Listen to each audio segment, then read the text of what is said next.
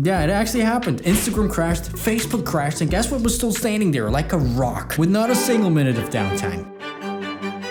And it was beautiful. It was like suddenly the world became a better place for those few hours that actually went down. But there's actually a few key lessons that we can learn from this whole outage. The big takeaway being the crazy leverage Instagram still has, even though you might think it's dead. Yeah, it's not. Actually, far from it. And we clearly saw this yesterday. One thing that was actually crazy to see for me was the sheer amount of traffic and sales volume that came over to the other platforms that were still there. Which just goes to show the insane leverage that Instagram still has, and nobody can neglect that. Just my YouTube channel right here, for example, got tons of new traffic, not only resulting in a lot of new subscribers, but also in lots of sales and actually leads from my marketing agency that will eventually lead to even more sales. Also signups for my email list, which means even if every social media platform out there would just get wiped, I could still reach out to them and say, what's up, meet me at my newly created social media platform called Hellhole, where the only rule is that you should be able to do whatever you'd be doing in hell.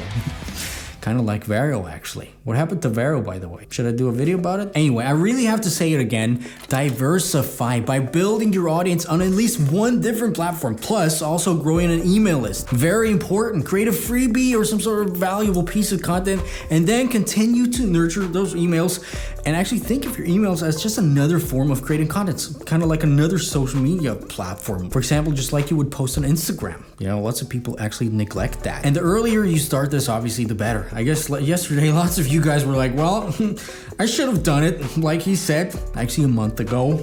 I said it in another video. And I'm pretty sure it won't be the last and only crash that Instagram and the other platforms will have. And if you're like, well, I don't know about email marketing, I don't know how to write emails, that's totally not my thing. There's a tool that I'm totally in love with. By the way, not sponsored at all, but basically it's an AI that helps you write emails, also Instagram captions and stuff, and basically anything that you want to do. And it's called Jarvis, and we actually use it quite a bit here. Like I said, it's not sponsored. I don't get money for that. I do, however, have an affiliate link down there in the description that lets you try this whole thing out for free, which I don't believe you could do otherwise. There's no free trial available. So with all these systems in place, while seemingly the whole social media world went down, I continued to make money as if almost nothing happened. On the other hand, I know some people who lost quite a bit.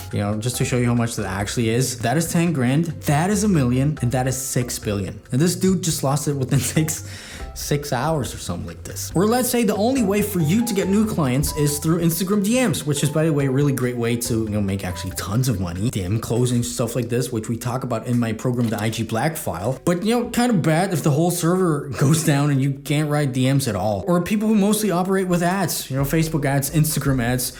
I know people who make tens of thousands of dollars profit per day with just ads.